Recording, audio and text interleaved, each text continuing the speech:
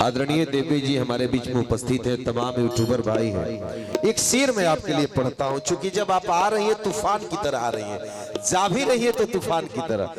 बीच में समय मिला है, 2 सेकंड का एक शेर पढ़ता हूं। अपने आप को इतना मत सजाया कीजिए, अपने आप को इतना मत सजाया कीजिए, कभी बारिश हो तो भीग जाया कीजिए। अपने आप को इतना मत सजाया कीजिए, कभी बारिश हो तो भीग जाया कीजिए। मोहब्बत में आपको कोई चांद लाकर नहीं देगा, मोहब्बत में आपको कोई चांद लेकर नहीं देगा। दिल की बात हमसे बताया कीजिए, और मैं आपके गली से क्यों उदास लौट जाता हूँ। मैं नहीं कहता हूँ, मेरा हिम्मत ही नहीं होगा, क्योंकि देवी जी मेरी आदरणीय है। लेकिन कहने वाला शायर कहता है देवी जी के लिए कि मैं आपके गली से क्यों उदास लौट जाता हूँ, कभी कपड़े सुखाने छत पे आया कीजिए। एक जोरदार ताली देवी जी के लिए। और आइए आपके अंदाज को हम लोग सुनते हैं। बहुत ही अच्छा शेर पढ़ा भाई ने, एक जोरदार ताली बजा दीजिए। और काफी अच्छा बोल रहे हैं। मैं तो शायद पहली बार ही मिली हूँ, पहली बार हम लोग मंच शेयर कर रहे हैं। बहुत बहुत शुभकामनाएं। और काफी अच्छा शेर इन्होंने कहा, जिन लोगों ने भी प्यार किया होगा उसको एहसास जरूर होगा इस बात का। तो आइए तो आइए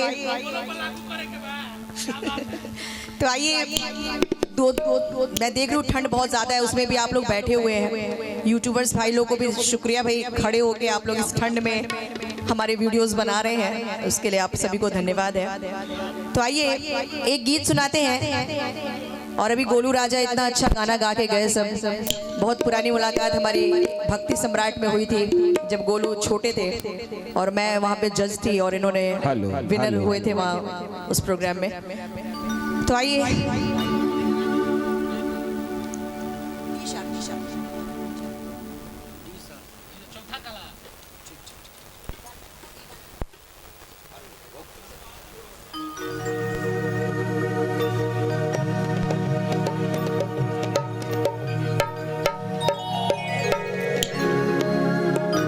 डबल ले लीजिएगा, ठीक डबल से। आइए हेलो, बहुत ही अच्छा सा गीत है। पति पत्नी का जो प्यार होता है उसमें कभी तकरार होता है, तो उसी तकरार में पति थोड़ा रूठ गए हैं। पत्नी क्या कह रही है, नरम से जरिया छोड़ के रउआ सूतल बानी, भुइया जी रूसल बानी का। नरम से जरिया छोड़ के रउआ सूतल बानी, भुइया जी रूसल बानी का। इज रूसल बानी का, हाज रूसल बानी का। ओ अपना ढोलिया से सैया जी रूसल बानी का। ओ अपना साजानी से सैया जी रूसल बानी का। नरम से जरिया छोड़ के रउआ सूतल बानी, भुइया जी रूसल बानी का। नरम से जरिया छोड़ के रउआ सूतल बानी, भुइया जी रूसल बानी का। इज रूसल बानी का, हाज रूसल बानी का। ओ अपना साजानी से सैया जी रूसल बानी का। ओ अपना साजानी से सैया जी रूसल बानी का।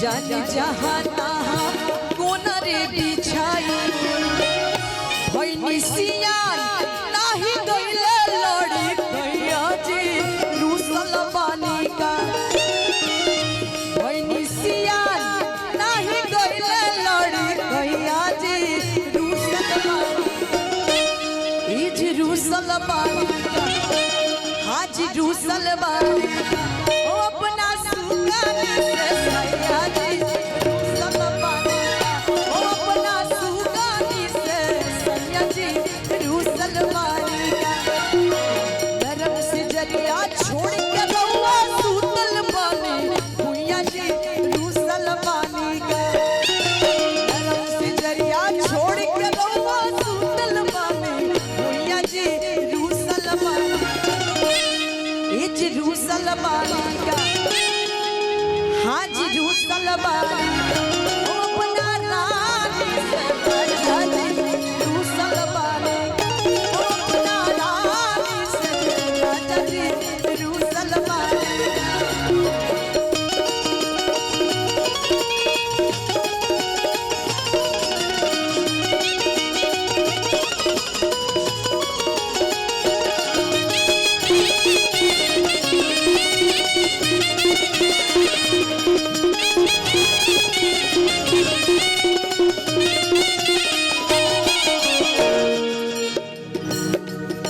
ओढ़ी रउआ सुतल बानी पतरी चादरिया देहिया में गड़त होई फटही कोनरिया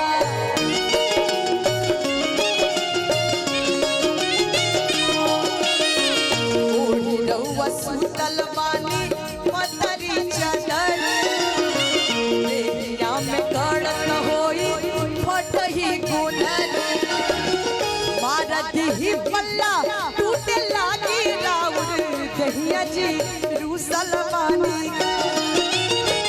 मारत ही पल्ला टूटे लागी राउर दहिया जी रूसल बानी एज रूसल बानी आज रूसल बानी ओ अपना धनिया से सैया जी रूसल बानी ओ अपना रानी से राजा जी रूसल बानी नरम से जरिया छोड़ के रउआ सूतल बानी भुइया जी रूसल बानी नरम से जरिया छोड़ के रउआ सूतल बानी भुइया जी रूसल बानी एज रूसल बानी आज रूसल बानी ओ अपना धनिया से सैया जी रूसल बानी ओ अपना रानी से राजा जी रूसल बानी ओ अपना सुगानी से सैया जी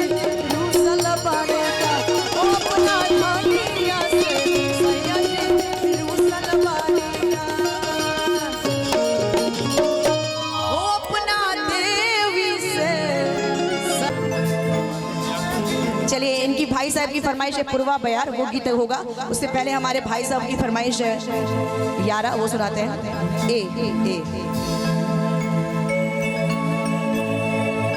यारा ओ यारा तेरी अदाओं ने मारा थैंक यू यारा ओ यारा तेरी अदाओं ने मारा यारा ओ यारा तेरी अदाओं ने मारा बिन तेरे हम कैसे रहे बिन तेरे हम कैसे रहे जीना है मुश्किल हमारा यारा ओ यारा तेरी अदाओं ने मारा यारा ओ यारा तेरी